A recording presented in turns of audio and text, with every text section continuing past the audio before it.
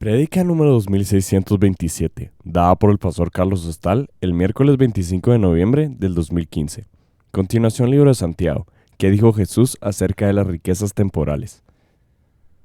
Amén. Gracias a Dios. Muy bien. Estamos en el libro de Santiago y cuando termine el año habremos terminado con el libro de Santiago. Así es que nos habrá llevado un año el libro de Santiago. Y qué bueno. Y estamos en el capítulo 5 del verso 1 al 5. Y tenemos acá un tema tremendo y hemos estado elaborando acerca de estas cosas. Si son tan amables, vámonos a Santiago 5 del verso 1 al 5. Y hay dos cosas grandes acá. Aquí mencionan la relación que el hombre tiene enfermiza con las riquezas temporales. Y por el otro lado, aquí nos mencionan algo que está conectado con el famoso lago de fuego. Así es que no nos hemos metido al lago de fuego todavía, pero ya vamos camino al lago de fuego. Y no que querramos meternos al lago de fuego, pero quiero decir en nuestro estudio. Yo estoy haciendo planes para no pasar mi eternidad en el lago de fuego. Amén. Ya Jesús me salvó, yo no voy a estar en el lago de fuego. Ni ustedes tampoco, porque tienen a Jesucristo en su corazón. Pero Santiago de veras nos pone la cara en el espejo de la palabra y señala las flaquezas morales del viejo corazón o del hombre carnal o de la mente carnal. Y esta es una de tantas. Santiago 5 del 1 al 6 dice: vamos ahora, ricos, llorad y aullad por las miserias que os vendrán. Vuestras riquezas están podridas y vuestras ropas están comidas de polilla. En otras palabras, el valor que uno le da a las cosas temporales no puede ser el valor real que éstas tienen. Porque si realmente tuvieran el valor que decimos que tienen, las polillas no se las comerían y el orín no las corrompería. Entonces, las cosas temporales no son tan importantes como la mente carnal y el viejo corazón nos hacen creer, con la ayuda de la serpiente que se metió al corazón y a la voluntad humana. Dice: vuestro oro y plata están enmohecidos y su moho testificará contra vosotros. Ahora, eso va a ocurrir cuando venga el juicio del gran trono blanco. Y la primera vez que yo leí esto, nunca lo volví a olvidar en mi vida. Y tuve el cuidado de no estar guardando cosas que se están arruinando cuando alguien más puede aprovecharlas, ¿verdad? Pero en fin, todavía no estamos allí. Dice: su moho testificará contra vosotros y devorará del todo vuestras carnes como fuego. Ese es el lago de fuego. Habéis acumulado tesoros para los días postreros. Aquí clama el jornal de los obreros que han cosechado vuestras tierras, el cual por engaño no les ha sido pagado por vosotros. Y los clamores de los que habían cegado han entrado en los oídos del Señor de los ejércitos. Y si eso fue así entonces, ¿cuánto más ahora? Uno escucha, ¿verdad? Uno escucha la manera como se mueven las cosas, las empresas, las finanzas y la manera como prácticamente se aprovechan de las personas que tienen necesidad de conseguir trabajo. Así es que Dios está viendo todo eso. Y dice: habéis vivido en deleite sobre la tierra y sido disolutos. Habéis engordado vuestros corazones como en el día de matanza. Habéis condenado y dado muerte al justo, y él no os hace resistencia. Y luego ya pasa a describir otras cosas. Pero estamos aquí estacionados estudiando un poquito este tema, ¿verdad? De las riquezas temporales. Y la semana pasada el pastor Ismar les habló acerca del principio de cómo nosotros no somos los dueños de nuestras finanzas. Dios es el dueño. Eso nos convierte a nosotros en administradores. Y la Biblia dice: se requiere del administrador que sea fiel. Y Dios espera que seamos fieles también con las riquezas temporales. Amén. Pero hicimos una balanza, ¿se acuerdan? El primer día que tocamos Santiago 5 y pusimos riquezas eternas en un lado de la balanza, riquezas temporales en el otro lado de la balanza. Y tenemos que aprender a darle su proporción correcta y su importancia real a estos dos lados de la balanza. Nadie dijo que las riquezas temporales no son temporalmente importantes, pero allí también hicimos una balanza, amén. Y podemos tener una relación sana y saludable con ellas, o podemos tener una relación totalmente enfermiza con las riquezas temporales. Amén. Y es allí a donde se mete Santiago en estos versículos acá. Entonces, bueno, hemos venido elaborando y el día de hoy quiero hablarles algunas cosas acerca de lo que Jesús habló acerca de las riquezas. Y Jesús dijo más de lo que uno se imagina al respecto de este tema, porque este es un ídolo que hay en el corazón de los seres humanos. Así es que Jesús se dedicó a instruirnos bastante al respecto de esto. Dijo muchas cosas de manera directa, muchas cosas de manera indirecta, así es que no voy a tocarlas todas, pero vamos a ver algunas de las enseñanzas más importantes acerca del tema. Entonces veamos qué dijo Jesús acerca de las riquezas temporales. Empecemos entonces, por favor, en Mateo capítulo 6. En Mateo capítulo 6 estamos a mitad del famoso Sermón del Monte, o el tabernáculo espiritual, o el tabernáculo de buenas obras que el Señor le reveló a sus discípulos cuando Él estaba sentado en el monte enseñándole a sus discípulos. Ya hemos explicado que para entender el Sermón del Monte tenemos nosotros que entender cómo es que el Señor Dios le reveló al pueblo de Israel la estatura de Cristo bajo la sombra tipo o figura del tabernáculo mosaico. Y ustedes se recordarán cuando leen el libro del Éxodo que lo primero que hizo Dios fue decirles: necesito un arca y necesito un propiciatorio sobre esa arca, allá en el lugar santísimo, hasta arriba, a nivel de la cabeza. Y luego Dios empezó a descender y les dijo: necesito una mesa con 12 panes del lado izquierdo, necesito un candelero con 7 lámparas del lado derecho, necesito un incensario, ¿verdad?, delante del arca con un velo de por medio. Y luego descendió al atrio y les reveló el altar de bronce y por último les reveló la fuente de bronce.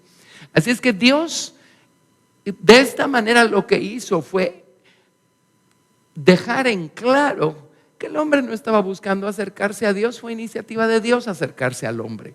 Así es que Dios empezó consigo mismo y fue descendiendo hasta llegar a donde el hombre se encuentra. Y de esa manera Dios le mostró al hombre el camino.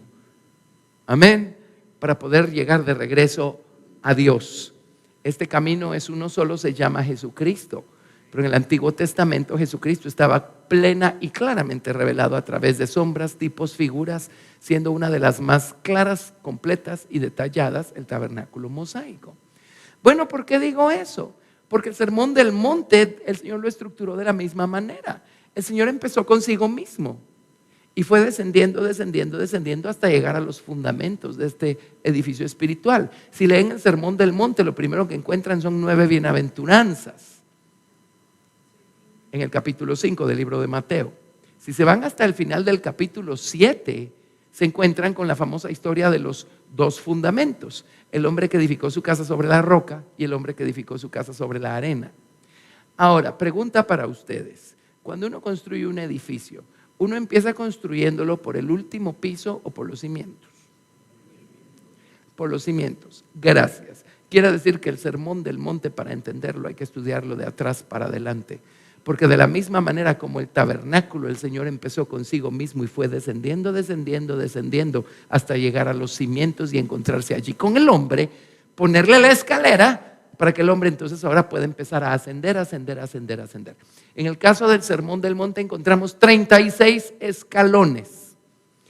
Ahora eso no me lo inventé yo, solo cuéntelos y los va a encontrar allí en Mateo capítulo 5, 6 y 7. Amén. 36 escalones para salir de cimientos. Y en el capítulo 6 encontramos nosotros el escalón número 11 del Sermón del Monte, en capítulo 6 del verso 1 al 4. Y empezamos a ver algunas cosas con relación a nuestra relación con las riquezas temporales. Como les digo, puede ser una relación sana y puede ser una relación enfermiza. Y si es el viejo hombre y la mente carnal el que va a estar manejando las finanzas, les aseguro que va a ser una relación enfermiza y desproporcionada. Ok, pero en Mateo 6 del 1 al 4 dice: guardaos de hacer vuestra justicia delante de los hombres, para ser vistos de ellos. De otra manera no tendréis recompensa de vuestro Padre que está en los cielos. Y toca el tema de dar limosna. ¿Qué es la limosna? Culturalmente en Guatemala le llamamos limosna a cualquier monedita que tengamos nosotros en el bolsillo y ya se la dimos a alguien y con eso ya cumplimos con Dios y quedamos re bien delante de Dios. La palabra limosna está mal usada si la usamos de esa manera. Bíblicamente hablando, limosna significa ayuda al necesitado. Amén. Ok, así es que la palabra sigue siendo bíblica. Nosotros la usamos porque está en la Biblia, pero tenemos el cuidado de definirla, no sea que la gente no entienda de qué estamos hablando. Cuando tú pues des limosna, y en un momento vamos a ver dónde queda en nuestra experiencia con el Señor Jesucristo el gozo de dar. Cuando pues des limosna o ayudes a alguien que tiene alguna necesidad, no hagas tocar trompeta delante de ti, como hacen los hipócritas en las sinagogas y en las calles, para ser alabados por los hombres. De cierto os digo que ya tienen su recompensa. Mas cuando tú des limosna, no sepa tu izquierda lo que hace tu derecha, para que sea tu limosna en secreto, y tu Padre, que ve en lo secreto, te recompensará en público. Bueno, empezamos por aquí, entendiendo un principio maravilloso, y es que Dios, Él todo lo ve. Ahora Él no solo ve nuestras acciones, ve las actitudes que generaron esas acciones. Y si la acción fue la correcta y la actitud fue la correcta, entonces Dios no se va a quedar sin recompensar esa buena actitud y esa buena acción. Y cuando nosotros usamos nuestras riquezas temporales para ayudar a otra persona que tiene alguna necesidad, Dios toma nota y Dios nos bendice. Amén. Así es que qué maravilloso y qué importantes son las riquezas temporales. Si Dios nos ha bendecido con ellas, es no solo para que nosotros la pasemos bien, sino es para que nosotros podamos ayudar a alguien más que a lo mejor no es tan, no ha sido tan favorecido como nosotros por la gracia y la misericordia del Señor. Pero el Señor lo ve. Y así como ve una actitud correcta y una acción correcta, el Señor también ve una actitud incorrecta y una acción incorrecta. O una actitud incorrecta aunque la acción sea la correcta. Como cuando Él estuvo en el templo y empezó a ver cómo una mujer viuda que no tenía muchos recursos fue y depositó una blanca en la ofrenda del templo, y de repente vio a un montón de gente que tenía muchos mayores recursos y daban de lo que les sobraba, dice la Biblia. Y le dice el Señor a sus discípulos: ¿vieron eso? Dice, ¿quién creen que dio más? ¿Verdad? Él no solo vio la acción de dar ni la cantidad. Él lo que vio fue el corazón, la actitud, el espíritu, el amor, amén, la gratitud, y le ganó la señora viuda al resto de la gente. Amén. Así es que para que vean cómo Dios sí se fija en lo que hacemos con nuestro dinero, bueno o malo. Y Dios nos bendice con recursos temporales para que hagamos obras de justicia con nuestros recursos temporales y traigamos gloria a su nombre, sabiendo que Él no se queda con nada y Él no va a dejar de recompensarnos por su gracia y misericordia. Ok, sigamos adelante entonces y saltémonos al verso 19, que es el escalón número 8 del Sermón del Monte. Ya les conté que son 36 escalones. En Mateo 6:19 dice: no os hagáis tesoros en la tierra. ¿Saben qué son tesoros? La palabra tesoros no solo se refiere a las piedras preciosas y esas cosas, se refiere a almacenes, lugares donde almacenamos cosas. Y de acuerdo con el diccionario de Thayer, se refiere no solo a almacenar riquezas, tales como metales preciosos, piedras preciosas. Se refiere a almacenar alimentos también. Y se refiere a almacenar armamentos también. Alguien dirá: ¿para qué quiero almacenar armamentos? Porque eso me hace sentir seguro. Creí que nuestra seguridad estaba en Dios, ¿verdad? Pero eso es, tesoros. Tesoro es aquello en lo que yo estoy poniendo mi confianza y aquello que me hace sentir seguro. ¿Ok? No os hagáis tesoros en la tierra o almacenes, bodegas, cajas fuertes. Dice: donde la polilla y el orín corrompen y donde ladrones minan y hurtan. Sino haceos tesoros en el cielo, donde ni la polilla ni el orín corrompen y donde ladrones no minan ni hurtan. No estamos hablando de tener o no tener y qué cantidades son lícitas y qué cantidades no. No. Estamos hablando de esa actitud que nos hace atesorar y atesorar y atesorar y atesorar, porque según nosotros estamos asegurándonos un futuro del que no tenemos ninguna idea cómo va a ser. Años con los que no contamos y a lo mejor nunca contemos. Amén. Aquí ya no estamos hablando de una persona sabia que ahorra. Si usted no ahorra, usted no es sabio. Pero estamos hablando de cruzar la raya y de tener una relación ya desproporcionada con la falsa seguridad que nos da el acumular riquezas. ¿De acuerdo? Dice, no se hagan tesoros en la tierra, pero dice, háganse tesoros en el cielo. Tengan un buen almacén en el cielo, porque eso es eterno, eso es para siempre. Dice, porque donde esté vuestro tesoro, donde esté su almacén, allí estará también vuestro corazón. Y eso es todo el asunto. ¿Dónde está nuestro corazón? ¿Verdad? ¿A qué le estamos dando nuestros afectos? ¿A qué le estamos dando nuestro trabajo? Hay dos palabras hebreas que se traducen corazón y en un sentido son exactamente lo mismo. En otro sentido hay una pequeña diferencia, porque el corazón se refiere a nuestra capacidad para amar, pero el amor son hechos, obras, acciones. Así es que el corazón también se refiere a nuestra capacidad para actuar o pongamos obrar o trabajar. Amar y obrar. Esto es más referido a los afectos y este es más referido a las acciones que generan los afectos. Y aquí en esta ocasión en la Biblia hebrea usan la palabra lev. Donde esté vuestro tesoro, allí va a estar vuestro corazón. O sea, no solo nuestros afectos van a estar allí, nuestras obras van a girar alrededor de eso. Amén. Vamos a estar afanándonos y trabajando duro por atesorar y acumular, porque necesitamos satisfacer esa cosa que nos hace querer sentirnos tranquilos, que nos hace querer sentirnos seguros, cubiertos. Amén. Nuestro corazón va a estar en eso.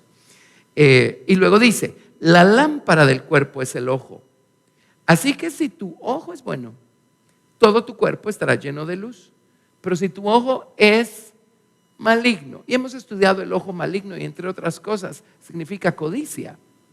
En otras palabras, ver con el ojo equivocado lo que alguien más tiene, lo que yo no tengo, lo que quiero tener, lo que puedo tener, codicia. Si tu ojo es maligno, todo tu cuerpo estará en tinieblas. Así que si la luz que hay en ti es tinieblas, ¿cuántas no serán las mismas tinieblas? Y luego inserta, ninguno puede servir a dos señores, porque o aborrecerá al uno y amará al otro, o estimará al uno y menospreciará al otro. No podéis servir a Dios y a las riquezas. Y algunas Biblias, en vez de decir riquezas, dice mamón. Ahora, mamón no es algún dios asirio o caldeo o fenicio que haya existido, no.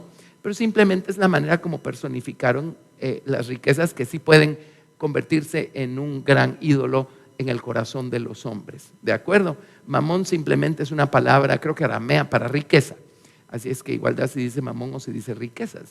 Pero dice, o servimos a Dios o servimos a las riquezas. O dedicamos nuestra energía, nuestras fuerzas para atesorar para lo eterno, siendo Dios y nuestra relación con Dios nuestra prioridad, o vamos a dedicar nuestra energía, nuestras fuerzas, nuestras capacidades para atesorar cosas temporales. Y si eso es así, es porque si nuestra confianza está puesta en eso, es porque no tenemos una verdadera relación con Dios. Si no confiamos en Dios es porque no lo conocemos. Simplemente, ¿verdad? Amén. Así es que ahí tenemos una de las primeras lecciones acerca del hombre y su relación con las riquezas temporales. Todas estas cosas tienen que ayudarnos a nosotros a vernos a nosotros mismos. Yo recuerdo cuando yo empecé, también yo empecé a una semana de cumplir los 19.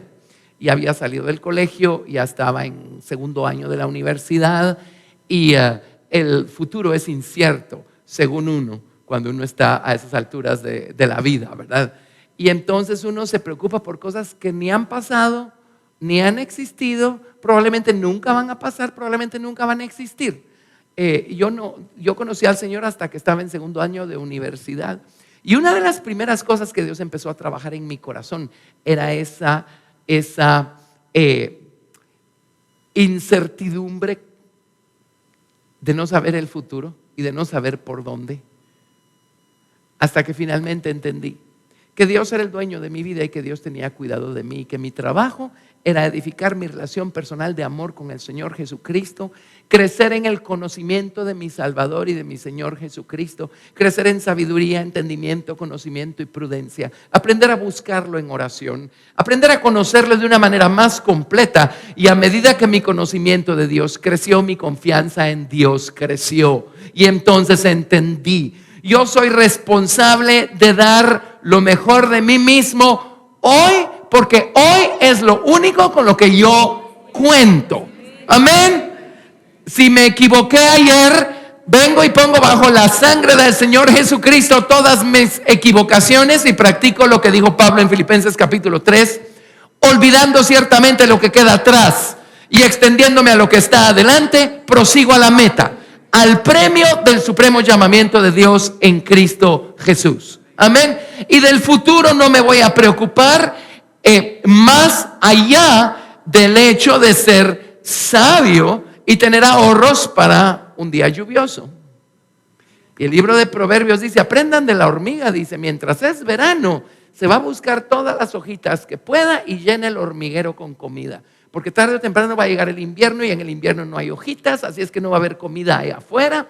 Pero si estuvimos recogiendo en verano nuestra comida, cuando vengan los inviernos espirituales, no vamos a estarnos muriendo de hambre, porque fuimos sabios y trabajamos cuando era tiempo para trabajar. Amén. Eso le pone el balance al asunto, ¿sí? Muy bien. Bueno, ¿y qué si Dios decide bendecir con cantidades enormes de riquezas temporales a alguien? Santificado sea su nombre. Disfrútelas y compártalas. Dios tiene un plan para cada quien, pero el asunto es: ¿dónde está nuestro corazón? ¿Cuáles son nuestras actitudes? ¿Cuál es nuestra relación con esas riquezas temporales? ¿Es una relación sana o es una relación enfermiza? Le estamos dando el tamaño y la proporción correcta a esas cosas, nunca perdiendo de vista que son temporales, o estamos dándoles otra proporción que no tienen. Amén. Bueno, entonces sigamos adelante. Y, pues ¿saben qué? Leamos del verso 25 en adelante.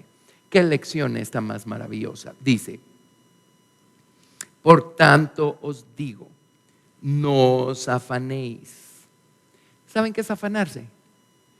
Estar ansiosos. Estar únicamente pensando en el asunto.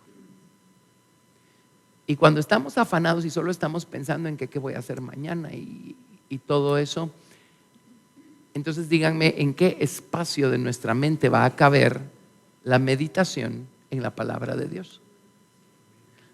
Entonces ni estamos resolviendo algo que todavía no ha pasado y nos quedamos sin un tesoro espiritual que Dios quería darnos, porque a Él no le dimos espacio en nuestra meditación. Amén. Porque estábamos demasiado ocupados pensando, afanados en otras cosas. Es un balance. Ahora, los cristianos espirituales son personas verdaderamente responsables y sabias. Y en un momento vamos a ver cómo también esa sabiduría nos da astucia de la buena. No estamos desbalanceados aquí, pero solo estamos tratando de enderezar el corazón. Amén. ¿Vamos bien? Mateo 6:25. Por tanto os digo, no os afanéis por vuestra vida. ¿Qué habéis de comer o qué habéis de beber? Ni por vuestro cuerpo. ¿Qué habéis de vestir? ¿No es la vida más que el alimento y el cuerpo más que el vestido? ¿Y qué paz nos trae eso cuando somos jóvenes y todavía no tenemos definido todo el resto de nuestra vida como quisiéramos? Y no funciona así tampoco. Y por el otro lado, en estos tiempos tan complicados, los tiempos se ponen cada vez más difíciles y ¿cuál es el cuarto? No, creo que es el tercer jinete ahí del libro del Apocalipsis, el que trae las balanzas, creo que es el tercero, el jinete del hambre. Y dice una medida de cebada por una medida de cebada por 1 denario y una medida de trigo por 2 denarios. O sea, el salario del trabajo de un día para comprar una hogaza de pan. Y estamos llegando a esos puntos, pues, ¿verdad? Estamos llegando a esos puntos. Así es que hoy más que nunca, en vez de afanarnos, tenemos que crecer en nuestra relación de amor con el Señor Jesucristo. Amén. Y crecer en su sabiduría. Muy bien. Mirad las aves del cielo, que no siembran, ni ciegan, ni recogen en graneros, y vuestro Padre Celestial las alimenta. Ahora, pregunta de examen. ¿No valéis vosotros mucho más que ellos? ¿Y quién de vosotros podrá, por mucho que se afane, añadir a su estatura un codo? Igual de absurdo es cuando estamos afanándonos por el futuro que todavía no ha venido. Es algo que está completamente fuera de nuestra jurisdicción. Y por el vestido, ¿por qué os afanáis? Considerad los lirios del campo como crecen. No trabajan ni hilan. Pero os digo que ni aun Salomón con toda su gloria se vistió así como uno de ellos. Y si la hierba del campo que hoy es y mañana se echa en el horno, Dios la viste así, ¿no hará mucho más a vosotros, hombres de poca fe? Ahora, fe no es andar a ciegas tampoco. En vez de trabajar, voy a vivir por fe. No, eso no es fe, ni espiritualidad. Es todo lo contrario. No os afanéis, pues, diciendo qué comeremos o qué beberemos o qué vestiremos. Porque los gentiles buscan todas estas cosas. ¿Quiénes son los gentiles? La primera vez que leí esto, que no fue ayer tampoco, el Señor me corrigió, me reprendió y me sanó. Los gentiles saben quiénes son. Los paganos. Los que no tienen Dios. Y aquí estamos nosotros, afanándonos, pensando que estamos solitos y abandonados en este mundo y que no tenemos a nadie que vele por nosotros. Pues los gentiles, Dios sí vela por ellos, pero ellos ni lo saben. Pero los gentiles buscan todas estas cosas, pero vuestro Padre Celestial sabe que tenéis necesidad de todas estas cosas. Mas buscad primeramente el reino de Dios y su justicia, y todas estas cosas os serán añadidas. Esto es mientras trabaja, pues. Dice, así que no os afanéis por el día de mañana, porque el día de mañana traerá su afán. Basta cada día su propio mal. Pero si es verano, usted recoja todas las hojas que pueda, aunque no se las vaya a comer hoy, porque un día va a ser invierno. Amén, amén. Pero ¿qué pasa la que nos trae esto? Hay un montón de principios, por supuesto, en toda la Biblia que no estamos tocando ahora, solo estamos hablando de lo que Jesús dijo al respecto de las riquezas temporales. Vámonos ahora, por favor, a Mateo 10, del verso 1 al 10. Y por un lado, el Señor dice, miren, busquen primeramente el reino de Dios y su justicia y todas estas cosas les serán añadidas. Y dice, no se afanen, que no tienen un Padre celestial que vela por ustedes. Pero miren el complemento ahora en Mateo capítulo 10. Miren cómo es Dios de fiel, de justo, cómo es Dios de bueno. El significado real de busquen primeramente el reino de Dios y su justicia y todas estas cosas os serán añadidas. Amén. Nuevamente inserto el hecho que si estamos buscando el reino de Dios y su justicia, estamos siendo personas honradas, trabajadoras, responsables, respetuosas de nuestros superiores, etcétera. Amén. Esa es una persona espiritual. Pero dice, entonces llamando a sus 12 discípulos, Mateo 10:1, les dio autoridad sobre los espíritus inmundos para que los echasen fuera y para sanar toda enfermedad y toda dolencia. Los nombres de los 12 apóstoles son estos: primero Simón, llamado Pedro, y Andrés, su hermano, Jacobo, hijo de Zebedeo, y Juan, su hermano, Felipe, Bartolomé, Tomás, Mateo, el publicano, Jacobo, hijo de Alfeo, Lebeo, por sobrenombre Tadeo, Simón el cananeo y Judas Iscariote, el que también le entregó.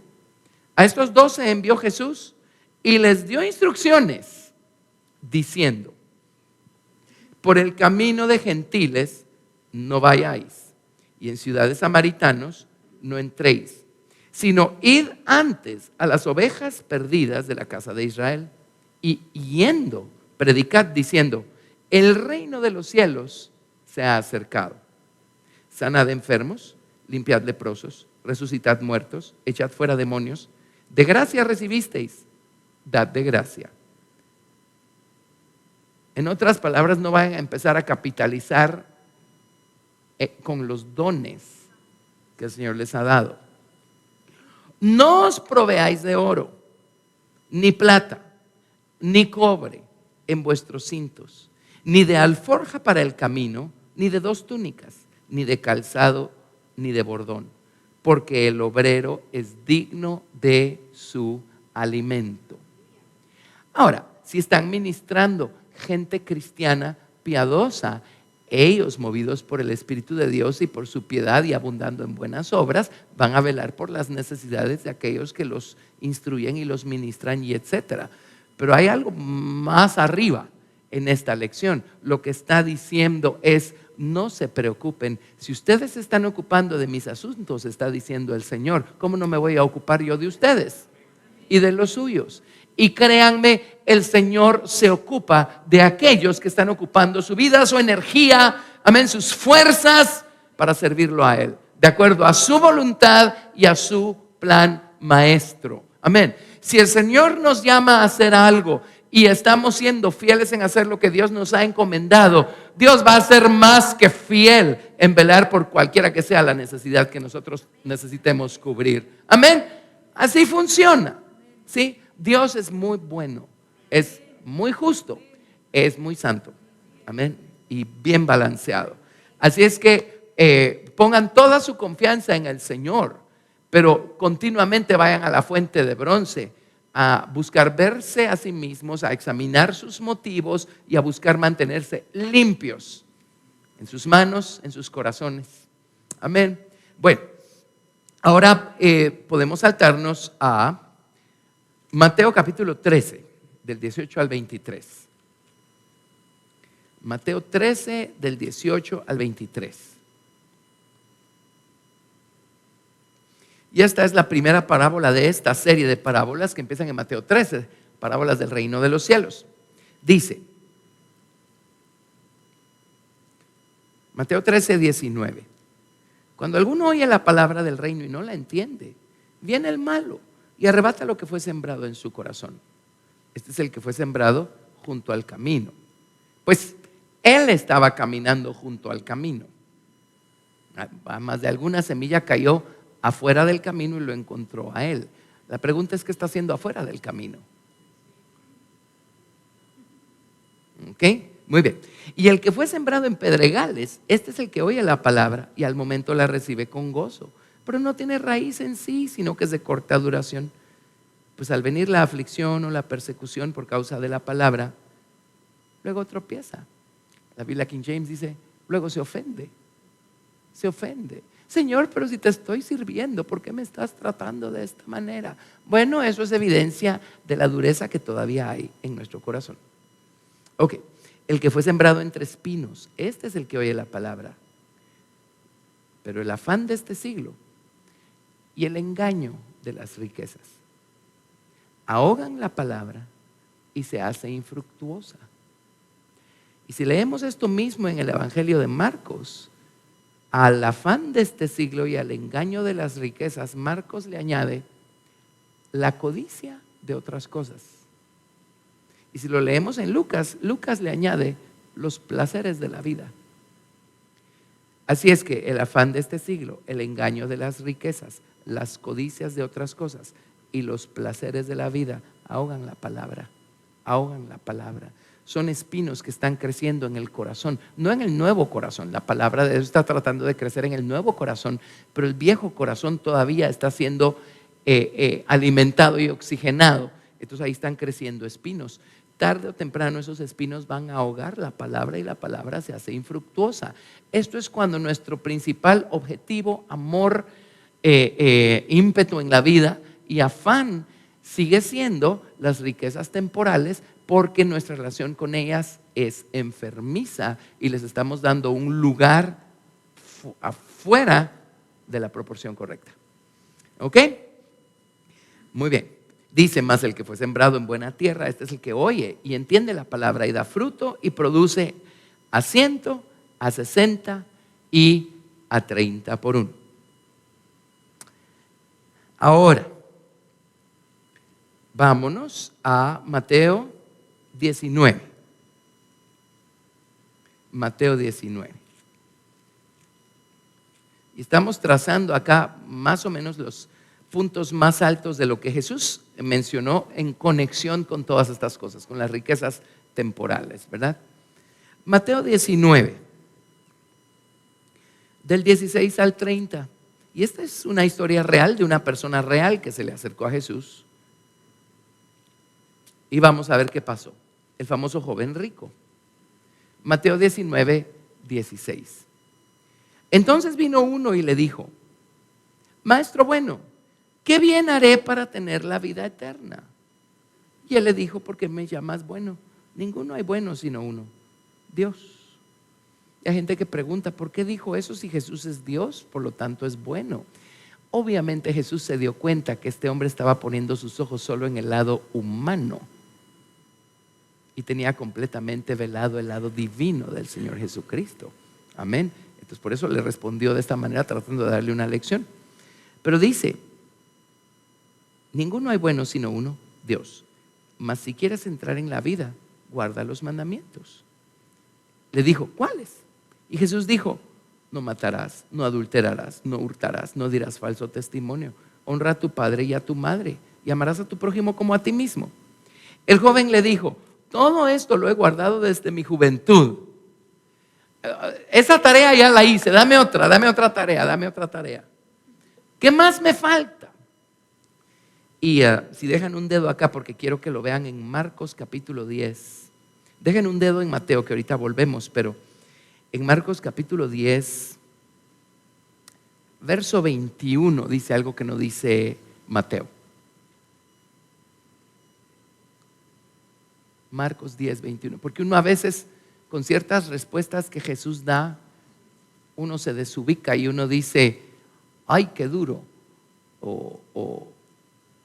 ¿Verdad? Como que Jesús fuera un hombre con corrupción en el corazón igual que nosotros y está buscando lastimar o enseñorearse de la gente o hablando sarcásticamente.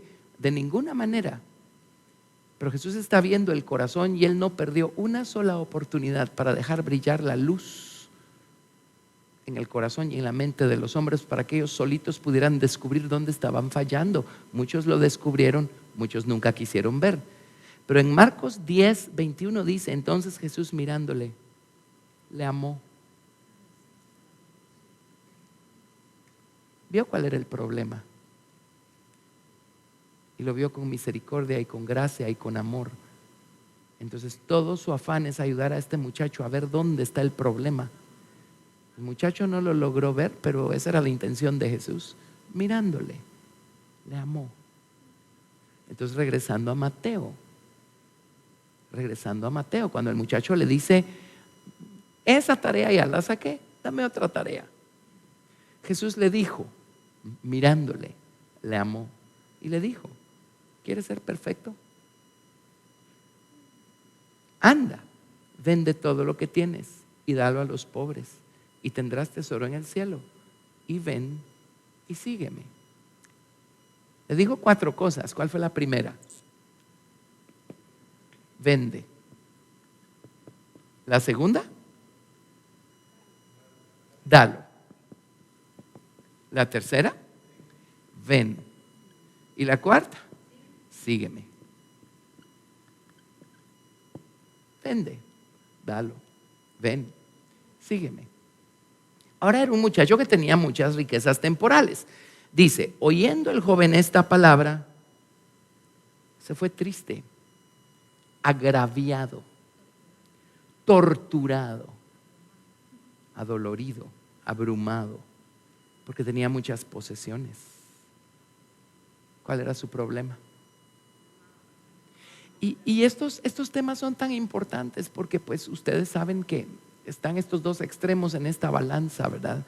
Un extremo totalmente desbalanceado en donde todos los cristianos por el hecho de ser cristianos tienen que ser millonarios.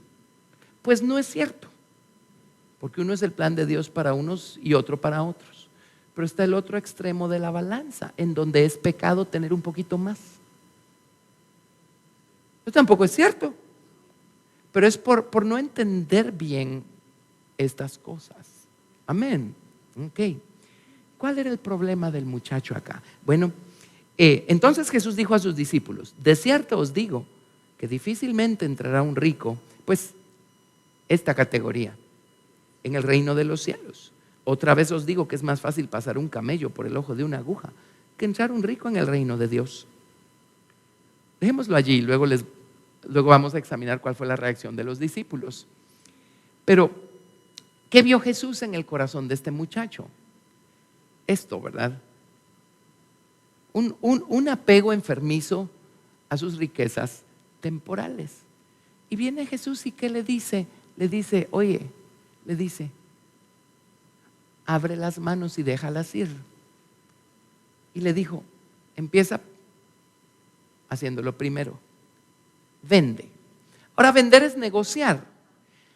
Digamos que él tenía, inventémonos un escenario, digamos que él tenía 1000 ovejas y 500 camellos, ¿verdad? Vende.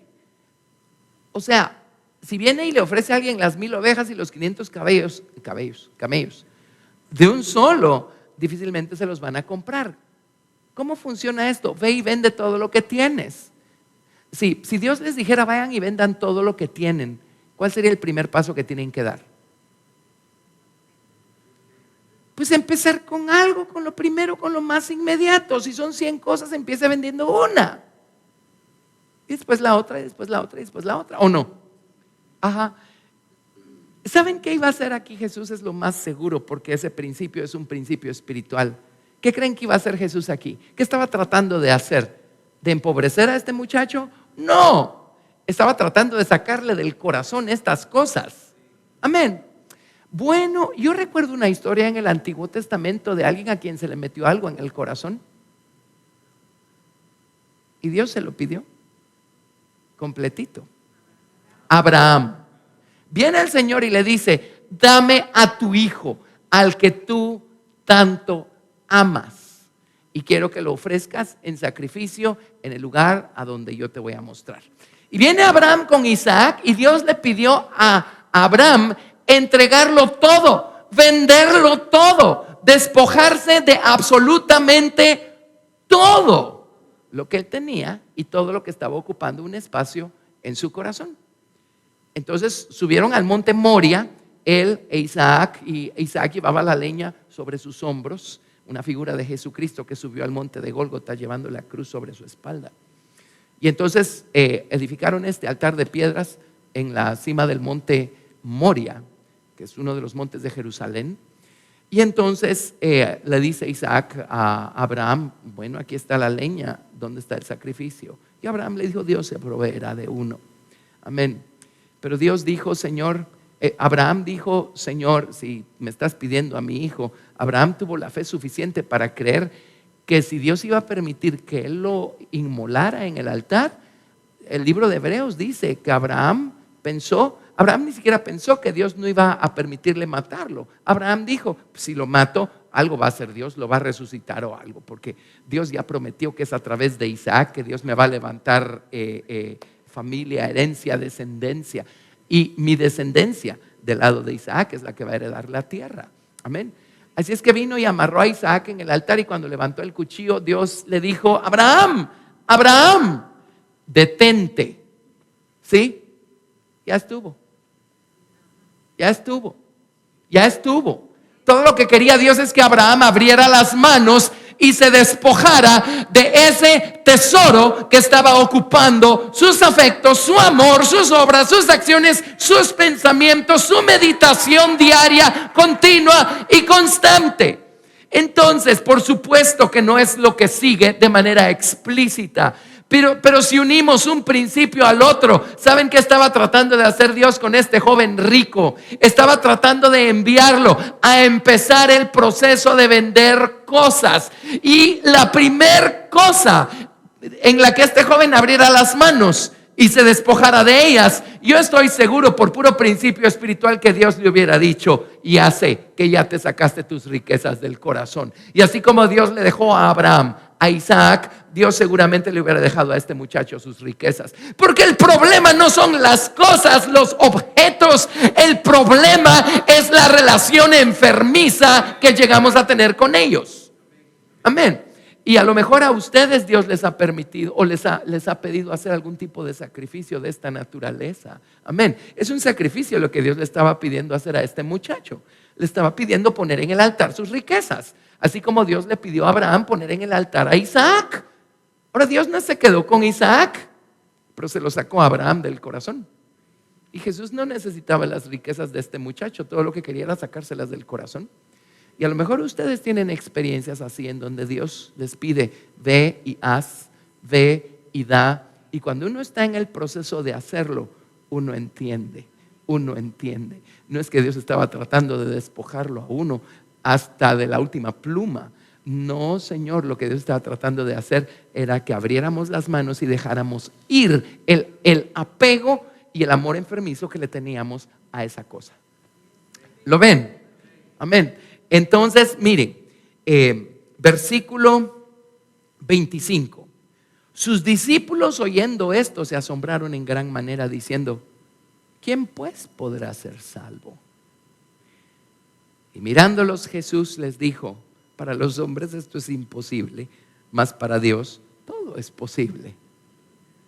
Amén. Ahora, aquí no está,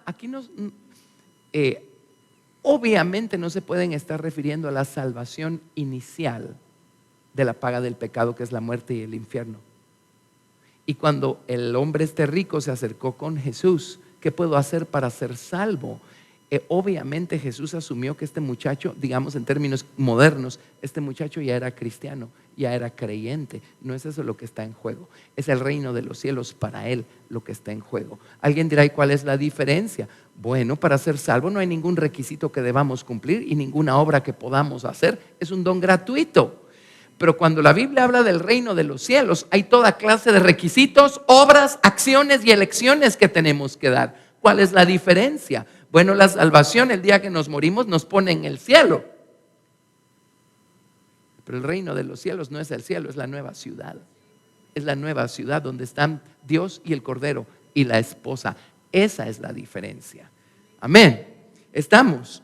Entonces, respondiendo, Pedro le dijo: he aquí, nosotros lo hemos dejado todo y te hemos seguido. ¿Qué pues tendremos? Viene Pedro y dice: ya entendí. O sea, la salvación inicial, esa no depende de algún sacrificio que nosotros estemos dispuestos a hacer. Eso sería una ofensa y una blasfemia en contra del Señor Jesucristo y su preciosa sangre y su sacrificio en la cruz del Calvario. Nuestra salvación inicial depende del sacrificio que Jesucristo ya hizo en la cruz del Calvario y el hacer nuestro ese sacrificio. Amén. Pero el reino de los cielos, en otras palabras, nuestro crecimiento, nuestra maduración y perfeccionamiento espirituales que nos pueden llevar hasta la nueva Jerusalén, eso sí ya requiere de que nosotros estemos dispuestos a sacrificar. ¿Qué es sacrificar? Sacar del corazón aquellas cosas que tenemos tan apegadas y a las que estamos tan aferrados y ponerlas en el altar a medida que Dios nos las va pidiendo. Amén. Ustedes y yo somos testigos de esto. A mí me ha tocado poner en el altar cantidad de cosas a lo largo de mi vida y algunas se han quedado allí. Si Dios no las quiere, yo no las quiero. Dios las toma y se las lleva. Otras cosas uno las pone en el altar y allí siguen, pero nuestra relación con eso ya no es la misma porque ya está lejos del corazón, ya no es lo mismo. Amén. Amén. Pero para poder llegar a la nueva ciudad, hermanos, se requiere de un sacrificio de parte nuestra. ¿Cuál? Dios le dirá que tiene que poner en el altar. Solo Dios sabe qué cosas hay en el corazón que tienen que irse al altar. Pero no dice Romanos 12:1: os ruego por las misericordias de Dios que presentéis vuestros cuerpos en sacrificio vivo, santo, agradable a Dios, que es vuestro culto racional. Eso ya no es, la salvación inicial no depende de eso, pero cuando ya somos salvos, ahora, así como Jesús fue un sacrificio vivo, de olor grato para Dios, ahora nosotros tenemos que seguir al Cordero por donde quiera que va y aprender a hacer sacrificios vivos e ir poniendo en el altar lo que Dios nos vaya pidiendo poner en el altar. Amén. Así es que ese era el principio con este hombre rico. O sea, a Jesús no le ofendía que él tuviera muchos bienes materiales. El problema era su apego y aferro y el espacio que esto estaba ocupando en su corazón. Jesús lo que quería era sacárselos, que lo pusiera en el altar. Amén. Entonces viene Pedro y le dice: Señor, nosotros hemos puesto en el altar un montón de cosas, ¿verdad? Porque sacrificamos nuestro negocio de pesca y nuestras lanchas y nuestras redes y nuestra familia y nuestra fama y nuestra fortuna. Pues él no tenía mucha, pero, ¿verdad? Dice: ¿qué pues tendremos? Y Jesús les dijo, dice: he aquí nosotros lo hemos dejado todo y te hemos seguido. Pedro abrió los ojos y dijo: ya entendí, tú le pediste a este muchacho caminar por el mismo camino por el que nos llevas a nosotros. Nosotros ya vendimos todo, ya lo negociamos poniéndolo en el altar. Amén. Y ya lo dimos, se lo dimos a Dios o a quien Dios les haya pedido. Ya venimos y ya te estamos siguiendo. Nosotros sí estamos haciendo lo que ese muchacho no estuvo dispuesto a hacer. ¿Cuál va a ser nuestra recompensa entonces? ¿Cuál va a ser nuestra recompensa entonces? Señor, ¿ya te diste cuenta? Todo eso que le pediste al muchacho hacer que él no quiso hacer es lo que nosotros estamos haciendo. ¿Cuál va a ser la recompensa? Jesús le dijo: de cierto os digo que en la regeneración, cuando el Hijo del Hombre se siente en el trono de su gloria, vosotros que me habéis seguido también os sentaréis sobre 12 tronos para juzgar a las 12 tribus de Israel. Y cualquiera que haya dejado. ¿Saben qué significa dejado? Significa abandonar, significa dejar ir, significa no retener. En otras palabras, sacrificar. Cualquiera que haya estado dispuesto a ser un sacrificio vivo para el Señor, cualquiera que haya estado dispuesto a hacer un sacrificio como el que Dios le pidió a Abraham hacer cuando le pidió a Isaac, dice, cualquiera que haya dejado casas, o hermanos, o hermanas, o padre, o madre, o mujer, o hijos, o tierras, por mi nombre, oigan esto, recibirá 100 veces más y heredará la vida eterna. Pero muchos primeros serán postreros y postreros primeros. Depende, no es el tiempo que tengamos, es cuánto hemos estado dispuestos a poner en el altar. Amén. ¿Y esto cómo funciona? Y hay otro evangelio en donde el Señor dice: no solo en esta vida, sino en la vida eterna. O sea, Dios va a velar por nosotros y Él nos va a multiplicar con creces todo lo que ponemos en el altar, solo que de otras maneras. Amén. ¿Sí? Yo desde que le entregué mi vida al Señor Jesucristo y he estado dispuesto a dar los pasos que el Señor me ha pedido dar. Miren cuántos papás espirituales, mamás espirituales me he ganado a lo largo del camino. Miren cuántos hermanos y hermanas en Cristo tengo. Miren cuántos hijos espirituales. ¿Lo ven? ¿Lo ven? Y consecuentemente miren cuántas casas. ¿Sí? Hermano, ¿quiere venir a comer a nuestra casa? Miren cuántas casas se gana uno, cuántas familias se gana uno. Amén. Por la gracia y misericordia de Dios. Así es que Dios sabe velar por uno. Todo lo que Dios está tratando de hacer es de sacarnos del corazón las riquezas y el apego a las riquezas. Y es increíble, hay personas que en comparación con otros, pues no es mucho lo que tienen, pero aún eso lo convierten en un tremendo ídolo. Y ponen en eso toda su confianza, ¿verdad? ¿Estamos bien? Bueno, bello principio, ¿verdad? Entonces, déjenme decirles algo. En base a lo que acabamos de leer, los discípulos dijeron, nosotros encontramos el camino que tú le planteaste a ese joven rico. Él no quiso, pero nosotros aquí estamos, ¿verdad? Pero el joven rico, los discípulos. Ahora quiero que se remonten a cuando ustedes recién recibieron a Jesucristo en su corazón. ¿Cuál fue una de las primeras cosas que generó eso en ustedes? ¿Qué es uno de los primeros deseos que generó el hecho de que ustedes ya eran cristianos y fueron incorporados a una grande y maravillosa familia espiritual? ¿Qué es lo primero? De repente un día vieron una necesidad. ¿Qué hicieron? Miren, una de las primeras cosas que florece es el deseo de dar, el deseo de compartir. ¿Es cierto o no es cierto? Es una de las primeras cosas. Entonces, realmente la relación que tenía este joven rico con Jesús era bastante teórica, porque la voluntad de dar no estaba allí por ningún lado. Es lo que Jesús quería. Bueno, da. Probemos este punto. ¿Se acuerdan cuando Jesús llamó a sus discípulos? Regresemos un poquito en el libro de Mateo, al capítulo 4, verso 18. Mateo 4, verso 18. Veamos cuál fue la primerísima reacción de sus discípulos cuando Él los llamó el día 1. Mateo 4, 18. Andando Jesús junto al mar de Galilea, vio a dos hermanos, Simón llamado Pedro y Andrés su hermano, que echaban la red en el mar, porque eran pescadores. Y les dijo, venid en pos de mí y os haré pescadores de hombres. ¿Cuál fue su primera reacción? Hicieron lo que no quiso hacer el hombre rico. Dejaron al instante las herramientas que hacían que ellos pudieran trabajar y pudieran comer. Las dejaron al instante. Dejaron al instante sus redes y le siguieron.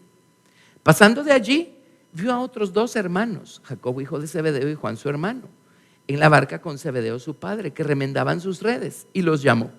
Y ellos, dejando al instante la barca y a su padre, le siguieron. Viene Jesús y le dice al joven rico, ¿quieres pasar la eternidad en el reino de los cielos? Haz un sacrificio, pon algo en el altar. Él no quiso. Viene Pedro y dice, nosotros sí lo hicimos. Bueno, ¿cuál es la reacción de un corazón tocado por el Señor? Una de las primeras reacciones es que uno está dispuesto a dar lo que el Señor le pida. Amén.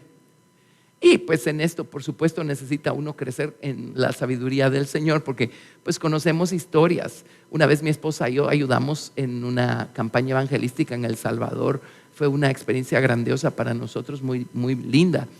Y en una de las, había como una escuela de ministerio durante el día y en la noche eran las campañas en uno de los estadios, en el Flor Blanca, ahí en El Salvador. Y el hecho es que el Señor tocó el corazón de un muchacho y llegó con unas llaves y me las da a mí. Me dice, hermano, el Señor me movió a dar mi carro, pero era un chico como de 18 años. Entonces uno, con toda sobriedad, le dice, oye, ¿estás seguro? O sea, es tuyo el carro, lo quieres dar, no te va a hacer falta, ¿estás completamente seguro? Estoy completamente seguro. Bueno, a uno de los organizadores le conté la historia, le di las llaves, el carro se quedó estacionado en algún lado, le dije, ¿sabe qué? Vaya y estaciónelo en un lugar seguro, donde nadie lo toque, ni se lo lleve. Llévese usted las llaves, cuídelas y las trae mañana de regreso. Al día siguiente llega el muchacho, llorando. Su papá le dio una, porque el papá le dio el carro y le costó mucho al papá y el niño necesitaba el carro. Así es que, ¿qué creen? Fue a pedir sus llaves. Uno tiene que ser muy sobrio con eso. Por eso, bueno, aquí no lo practicamos, ¿verdad?, de esa manera, y sin embargo todos tenemos que aprender a darle al Señor de acuerdo a su voluntad y a su plan maestro. Pero ustedes saben que hay ocasiones en donde hay personas que tienen el don de mover de tal manera a la gente que les arrancan hasta lo que no tienen. Es un hecho, es un hecho. Y hemos conocido personas que fueron y dieron su carro. Y se supone que el argumento es que al día siguiente les va a caer un Cadillac, ¿verdad? Bueno, se quedaron a pie. Y personas que dieron propiedades, y personas que dieron dinero, y personas hasta que se endeudaron para dar algo que no tenían y se metieron en un grave problema. Entonces es obvio que ahí cruzaron la raya con creces, ¿verdad? O sea, no funciona así. Amén. Pero eso no quita el hecho de que una de las primeras cosas que genera el gozo de la salvación es el querer dar. Jesús se dio por nosotros y lo dio por completito para salvarnos a nosotros. Obviamente esa unción nos llega el día que somos salvos y ahora queremos ver qué damos y ver cómo nos damos y ver a quién le damos y nos ofrecemos. Tengo el tiempo, quiero servir, quiero ayudar y estamos dispuestos a dar. Hay una necesidad por allí y uno da, ¿verdad? Y yo me acuerdo una vez, alguien su gran testimonio era que estaba pasando por una situación difícil. Yo era estudiante, ya estaba trabajando, pero se imaginan cuánto generaba yo. Entonces yo dije, Señor, yo quiero dar. Y no le dije nada a nadie. Y una cantidad, pues a lo mejor Dios la puso en mi mente, a lo mejor yo me la inventé, pero era como 2 o 3 veces más lo que era mi salario mensual. Entonces no dije nada, lo junté y a través de alguien más para que mi derecha no sepa lo que hizo mi izquierda o mi izquierda no sepa lo que hizo mi derecha y pues, ¿cómo se llama? Pues le llegó esta ayuda a esta persona. Yo me sentí tan feliz y tan gozoso de haber podido dar, porque es más bienaventurado dar que recibir. Amén. Bueno, para hacerles corta la historia, al rato el Señor le abrió unas puertas tremendas a esta persona y empezó a prosperar y a prosperar y a prosperar, tanto que ya no tenía tiempo para ir a la iglesia, de todo lo que estaba prosperando. Pero ese es asunto de él, ¿verdad? Pero me refiero a que una de las primeras cosas que produce la salvación es el querer ahora nosotros darnos como un sacrificio vivo. Amén. Eso es natural. Por supuesto tenemos que crecer en sabiduría y en la soberanía de Cristo para saber hacerlo como Dios quiere que lo hagamos. Pero ahí tienen, lo primero que hicieron los discípulos cuando Jesús solo les dijo, síganme, fue dejarlo todo. Amén. Un sacrificio vivo. ¿Se acuerdan la primera iglesia en el libro de los Hechos? ¿Se acuerdan cómo actuaron? ¿Cómo actuaron? En Hechos capítulo 2 del 42 al 47. Hechos 2 del 42 al 47.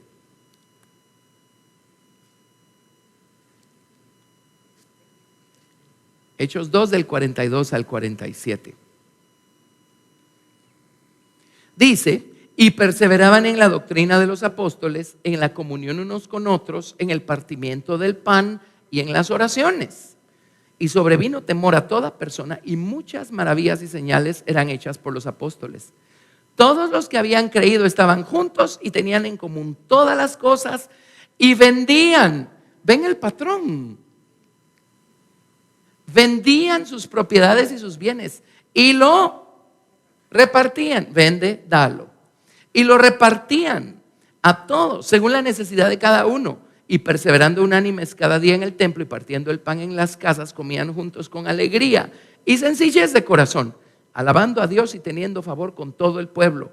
Y el Señor añadía cada día a la iglesia los que habían de ser salvos. Y si nos vamos al capítulo 4, verso 32. Capítulo 4, verso 32 dice, y la multitud de los que habían creído era de un corazón y un alma. Y ninguno decía ser suyo propio nada de lo que poseía, sino que tenían todas las cosas en común. Y con gran poder los apóstoles daban testimonio de la resurrección del Señor Jesús, y abundante gracia era sobre todos ellos. Así que no había entre ellos ningún necesitado, porque todos los que poseían heredades o casas las vendían y traían el precio de lo vendido y lo ponían a los pies de los apóstoles. Y se repartía a cada uno según su necesidad. Entonces José, a quien los apóstoles pusieron por sobrenombre Bernabé, que traducido es hijo de consolación, levita, natural de Chipre, como tenía una heredad, la vendió y trajo el precio y lo puso a los pies de los apóstoles. Y luego viene la historia de estos otros dos, Ananías y Zafira, que aprovecharon la situación para hacer un buen negocio, según ellos, pero les fue muy mal, porque Dios vio el corazón, vio más allá de la acción. Amén. Pero ¿a qué vengo? Los discípulos, Jesús les dijo, sígueme, y lo dejaron todo. La primera iglesia, el Señor los salvó, los bautizó con su Espíritu Santo, y lo primero que pensaron en hacer es en poner todo en el altar, todos sus bienes en el altar. Amén. Esto es algo que no se volvió a repetir de esta manera. No tenemos por qué hacer a la fuerza que se repita. Estas son cosas que Dios mueve. Pero el principio es un principio válido y necesario. Una persona con un corazón verdaderamente tocado por el Señor Jesucristo es una persona que lo primero que piensa y busca hacer es dar, darse, entregar, rendir, poner en el altar. Amén. Y son esos sacrificios que hacemos, sacrificios vivos. Ese es el camino al reino de los cielos o a la nueva ciudad. Amén. Jesús lo dio todo por nosotros. El Señor nos mueve a dar todo lo que debamos y podamos por Él. Amén. Movidos por su soberanía, pues ese es el camino a la nueva ciudad. Para irse al cielo no necesitamos sacrificar nada, pero para estar en la nueva ciudad, el Señor nos va a ir vaciando de nosotros mismos en el proceso de irnos llenando de más del Señor Jesucristo. Por eso es que es necesario. ¿Lo ven? Amén. Así es que qué maravilloso es tener una relación saludable con las finanzas. Si el Señor nos ha bendecido con ellas, es para que no se nos metan al corazón, sino para hacer al Señor ser el dueño. Y si mucho o poco, Él es el dueño. Amén. Dejemos que Él nos mueva. Y si hay una necesidad, tampoco tenemos que ir a la loca y a la ligera a redimir la situación de toda la humanidad. No, tenemos un soberano que quiere gobernar sobre cada detalle de nuestra vida. Pues vamos al Señor y digámosle, Señor, aquí hay una necesidad. ¿Qué debo hacer yo? ¿Qué quieres que yo haga? Pero no nos hagamos de la vista gorda cuando hay una necesidad. Y luego hay un procedimiento para poder dar cuando el Señor nos mueve a dar. Y aquí lo que hacemos es que lo canalizamos todo a través de la iglesia para que nadie sepa de dónde vino. Es mejor, es más saludable. Si no, después lo van a convertir a usted en Job. ¿Cuál era la historia de Job? Señor, pero si todas las viudas en Israel cuando tenían una necesidad a quien buscaban era a mí. Ajá, Job sí tenía problemas. Amén. Ok, entonces esa es la cosa. Pero ahí tienen pues todas las maravillosas lecciones que Jesús nos deja en este asunto de dar. No puedo empezar con el siguiente porque el siguiente es largo y solo tengo 4 minutos. Entonces les voy a dar otras del libro de los Hechos, pero en Hechos capítulo 16. Hechos capítulo 16 del verso, vamos a ver, 14 y 15. Y aquí tenemos nosotros a la primer convertida en Europa. Dice, entonces una mujer llamada Lidia, vendedora de púrpura de la ciudad de Tiatira, que adoraba a Dios, estaba oyendo la predicación de Pablo y Silas. Ellos estaban en Grecia, creo.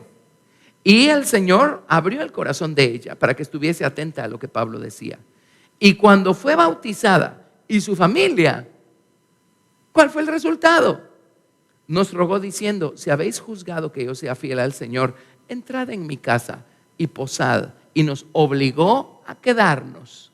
En otras palabras, lo primero que quiso hacer fue compartir su sustancia con los apóstoles. Amén. Compartir su sustancia. Hay un proverbio tremendo que dice, hay quienes retienen más de lo que es justo y vienen a pobreza. Y hay quienes reparten y vienen a abundancia. Miren qué misteriosas funcionan las matemáticas del Señor. Lo suficiente para volver locos a todos los economistas de las universidades. Amén. Pero así funciona, así funciona. Uno pone todo lo suyo en el altar y viene el Señor y por lados que uno ni siquiera se imagina, suple Dios las necesidades de los suyos. Es una cosa bella, ¿verdad? Pero todo lo que Dios está tratando de hacer es de arrancarnos del corazón estas cosas para ser Él el único dueño de nuestro corazón. Y tenemos otra historia en Hechos 16 siempre. Bueno, en el verso 14, no hemos terminado con Lidia. En el verso 14, ¿se acuerdan que en el ínterin metieron a Pablo y a Silas a la cárcel? Y alabando a Dios, a la medianoche hubo un terremoto y el carcelero se convirtió y toda su familia. Entonces en el verso 40 dice, saliendo de la cárcel entraron en casa de Lidia. Y habiendo visto a los hermanos, los consolaron y se fueron. Resulta que Lidia convirtió su casa en el cuartel general de los apóstoles y de los primeros discípulos que hubo en Europa. Amén. Compartió de su sustancia. ¿Sí? Así es que eso es lo natural en un corazón que ha sido tocado por el Señor Jesucristo. Un corazón que ha recibido la totalidad del amor de Dios a través de Cristo. Es un corazón que está listo para dar la totalidad de sí mismo al Señor. Amén. Y Hechos 16 del 30 al 34. Espérenme que... no es el 16, ahí me equivoqué, es el 17. Hechos 17... No, espérenme, déjenme ver qué quiero darles, porque tampoco es lo que tengo aquí en la mirada. No, sí está bien, sí quiero al carcelero de Filipos, es que hay otro ejemplo aquí también más adelante. Perdón, Hechos 16:30. El carcelero, y sacándolos de la cárcel, ¿verdad? Les dijo, señores, ¿qué debo hacer para ser salvo? La misma pregunta del hombre rico, ¿se acuerdan? Nada más que cuando el hombre rico vio la respuesta, se atormentó de tal manera que salió corriendo. Pero dice, ellos dijeron, cree en el Señor Jesucristo y serás salvo tú y tu casa. Aquí sí están hablando de la salvación inicial. Y le hablaron la palabra del Señor a él y a todos los que estaban en su casa. Y él, tomándolos en aquella misma hora de la noche, les lavó las heridas. Y enseguida se bautizó él con todos los suyos. Y llevándolos a su casa, les puso la mesa y se regocijó con toda su casa de haber creído a Dios. Les puso la mesa. Pues era un carcelero, no creo que haya tenido superabundancia de recursos. Pero lo primero que quiso hacer, ¿qué fue? Dar de lo suyo, dar de lo suyo, dar de lo suyo. Hermoso, ¿verdad? Aquí la cita que estaba buscando era Hechos 17. Vamos a ver, a partir del verso 10. Y es interesante cómo el Señor salvó a tantas mujeres nobles. Bueno, Dios tenía toda clase de planes, no solamente para las mujeres, sino también para sus discípulos. Porque si eran personas nobles, ellas tenían lo suficiente también para velar por las necesidades materiales de los discípulos. Así es que Dios estaba cuidando de todo el mundo. Inmediatamente los hermanos enviaron de noche a Pablo y a Silas hasta Berea. Y ellos, habiendo llegado, entraron en la sinagoga de los judíos. Y estos eran más nobles que los que estaban en Tesalónica. Esto es algo que les vivimos diciendo en este lugar. Pues recibieron la palabra con toda solicitud, escudriñando cada día las escrituras para ver si estas cosas eran así. Y continuamente yo les digo, vayan a su casa, agarren su concordancia de Strong, vayan y corroboren y vean si lo que les estoy diciendo es cierto o no es cierto. Así que creyeron muchos de ellos y muchas mujeres de distinción y no pocos hombres. Y cuando los judíos de Tesalónica supieron que también en Berea era anunciada la palabra de Dios por Pablo, fueron allá y también alborotaron a las multitudes. Pero inmediatamente los hermanos enviaron a Pablo que fuese hacia el mar y Silas y Timoteo se quedaron allí, etcétera. Pero pues estas mujeres obviamente Dios las debe haber movido, aquí ya no lo dice, pero las debe haber movido para también velar por las necesidades materiales de los discípulos, dándoles casa y comida y etcétera. Pero dar, ven qué maravilloso es este tema. Aquí extrapolamos un poquito la lección que nos dejó Jesús acerca del joven rico, pero qué lección más tremenda esa. Y tenemos pendientes otras grandes lecciones, pero se nos fue el tiempo, así es que las daremos después. No sé si aprendimos algo y si esto nos está sirviendo y ayudando. Pero en primer lugar porque somos creyentes, cristianos, salvos por la gracia de Dios y hay un camino para nosotros si queremos llegar a la Nueva Jerusalén ya siendo salvos. Pero en segundo lugar, los tiempos que estamos viviendo se han puesto tan particularmente peculiares que hoy más que nunca necesitamos entender cuál es la relación saludable y sana que tenemos que tener nosotros con las cosas temporales, porque se están esfumando más rápido de lo que uno pueda disfrutar de ellas, ¿verdad? Al paso que vamos. Amén. Así es que gracias a Dios. O sea, hermano, que a Jesús le interesa mi dinero. A Jesús le interesa todo. Y el dinero ocupa un espacio en nuestra vida más grande de lo que nos imaginamos y muchas veces de lo que debiera. Por supuesto que le interesa. Él quiere que lo pongamos a sus pies para convertirlo a Él en el dueño, amén, de nuestras finanzas. Amén. Bueno, gracias a Dios. Vamos a bendecir al Señor, vamos a darle toda la gloria, a darle gracias.